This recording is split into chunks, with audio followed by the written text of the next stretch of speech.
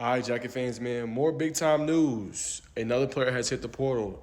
Georgia Tech true freshman running back Anthony Carrie has hit the transfer portal. All right, interesting news, especially with this timeline of where it's coming, because right now it's spring. It's hot in spring, right? Because this is the last week, technically, before obviously the spring game next week. Next Saturday is the spring game officially. To have two more practices next week after these two this week. So, my honest opinion, I just did an article on SI that's going to come out. Y'all make sure y'all go check it out. But my honest opinion on this, I don't think it's a lack of talent, right? Because this past year in limited snaps, he had 25 carries, 120 yards, a touchdown. His best game came against VMI. He had 37 yards and a touchdown. They put a lot of their reserves after they went up big. He had also another game we went up for 40-plus yards rushing. I think he had two or three of those games this season, or two of those games this past season. I just think it is Georgia Tech has so much running back depth is absolutely insane.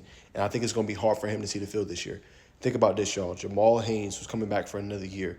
We know how good he is, nearly a 1,000-yard season this past year. He's back. He's going to be your starter. Then they went and got the best transfer portal running back in the country in Malachi Hosley, who obviously went to Northside Columbus here in Georgia. He's coming back home.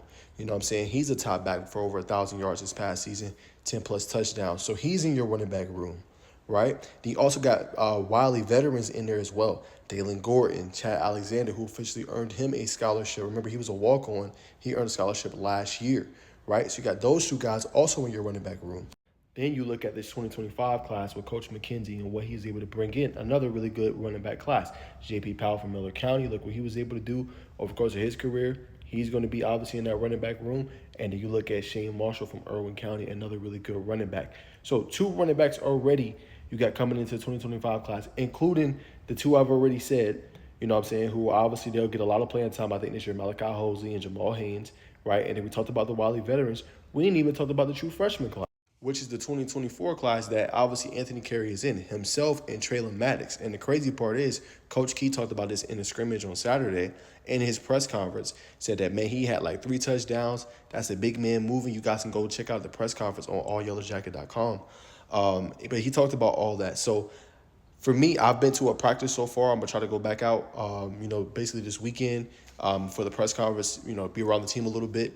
But what I get from it is not like the talent, just the room is too crowded, right? And he's probably not going to see a lot of the field. It's probably going to be the same thing he dealt with his freshman year, which for Carrie, I completely understand.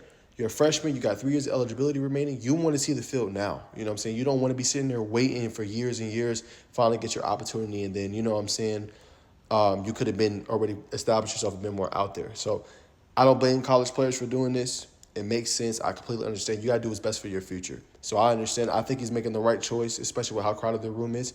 Go explore your options, see what's out there, see if you could be a starter, see if you could be a high-key player in an offense elsewhere. And that's no disrespect to Coach Key or Coach McKenzie. I think they're doing a good job. I just think this room is crowded.